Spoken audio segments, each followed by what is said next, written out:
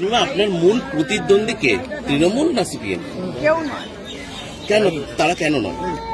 কি আশ্চর্য, তাদের তো পলিসি আলাদা, আমার পলিসি আলাদা, এবং আমি কোনো ব্যক্তি আক্রমণের জন্য তো লড়াইতে নামিনি।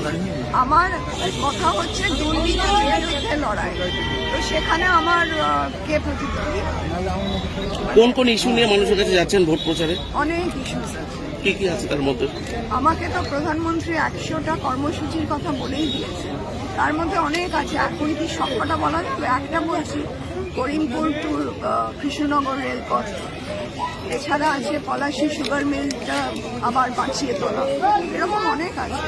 ভোটে জিতলে কি এগুলো কোনো কাজ হবে? হবে না?